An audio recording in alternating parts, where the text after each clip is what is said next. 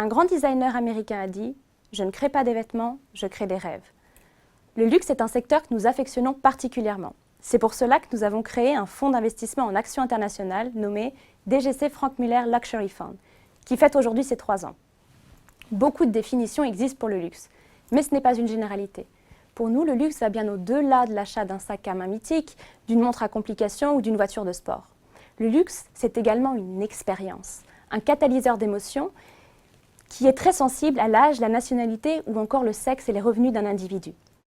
Il convient donc de définir les différentes caractéristiques du luxe, les gammes de prix, luxe accessible et luxe haut de gamme, les sous-secteurs, horlogerie, joaillerie, mais aussi l'hôtellerie, les cosmétiques et l'automobile, et les expériences. Les consommateurs recherchent une expérience unique, mais également l'expérience de l'achat en magasin et de plus en plus en ligne. Un acteur global du luxe sera exposé sur ces 3 créneaux et son habileté consistera à s'adapter aux diverses tendances. Néanmoins, face à ces grandes maisons du luxe, chaque année, des pépites au savoir-faire spécifique émergent et laissent la porte ouverte à de possibles acquisitions. C'est pour capter toutes les particularités de ce secteur à forte croissance que nous nous sommes associés en 2014 entre 2 acteurs genevois, Notch2key, une maison de gestion, et Frank Muller, une manufacture de haute horlogerie. L'investissement dans le secteur offre un profil attractif, dans la mesure où les fondamentaux des groupes sont solides, il existe des barrières à l'entrée élevées, un pricing power, des marges confortables et majoritairement à 2 chiffres, une croissance des fortunes dans le monde avec toujours plus de diversité quant au type de consommateurs, une résilience en période d'instabilité économique et politique, ainsi qu'une capacité des sociétés à se réinventer et s'adapter aux attentes des consommateurs tout en gardant leur identité.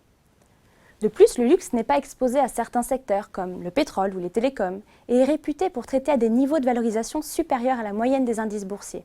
Cette prime, vis-à-vis du marché global, qui est justifiée par l'excellence des sociétés de luxe, s'est située ces dernières années entre 5 et 20%.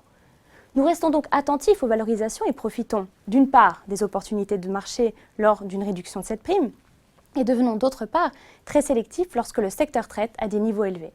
Nous constatons que les tendances du luxe évoluent selon les produits, les régions et également en fonction du contexte économique.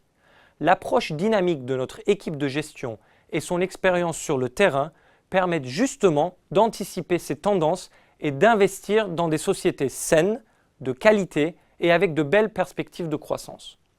Nous sommes persuadés de l'originalité de notre partenariat et notre vision commune du luxe, couplée à nos expertises quantitatives et qualitatives respectives, nous permet de créer ensemble un portefeuille de forte conviction.